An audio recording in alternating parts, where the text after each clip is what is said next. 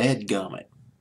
I had a pretty good first take, but guess what? I made a little mistake. I effed up. A little factual error. Now I got to redo this video again.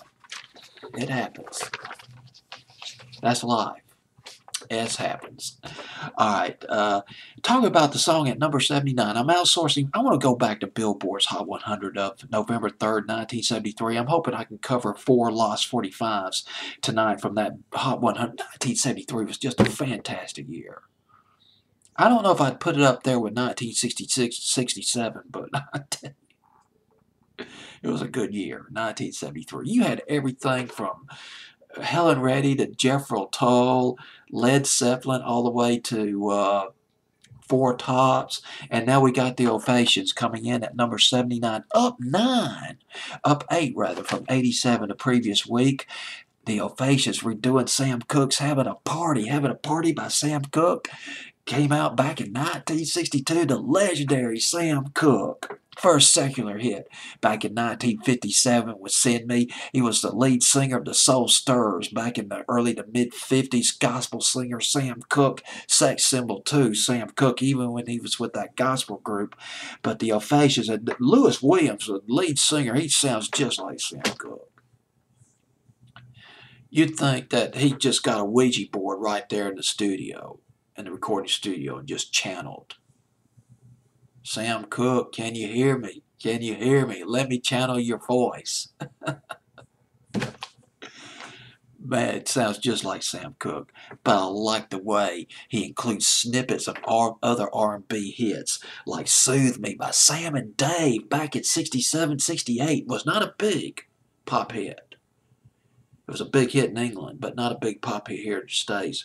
Soul hit. But there was Amen. He included snippets of Amen by the Impressions. Remember that?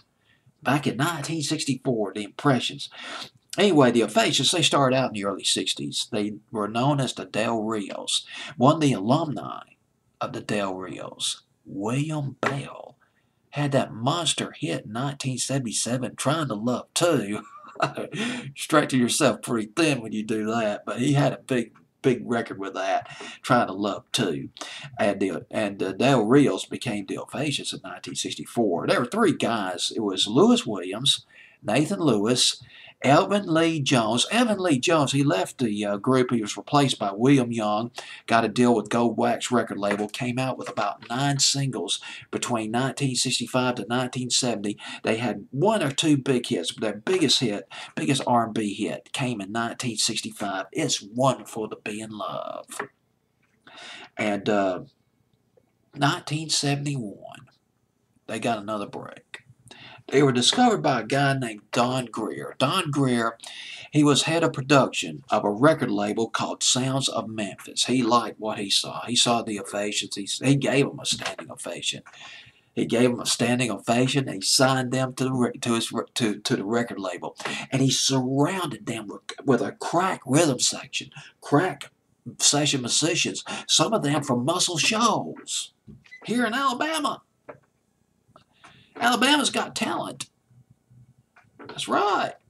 It's not just with the Crimson Tide football team. It's, the legendary Muscle Shoals. They came out with a hit. They hit again.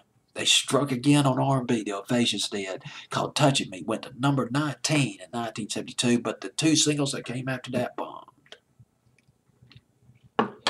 So Don Greer had to rethink some things. He was thinking, okay, I got to come up with a new strategy. And here's my new strategy. We're gonna sound like Sam Cooke. You guys, you guys are gonna remake a Sam Cooke record. Having a Party. They worked. Went to number 7 R&B by the Ovations. Having a Party. Had that spontaneous live. I believe it was live.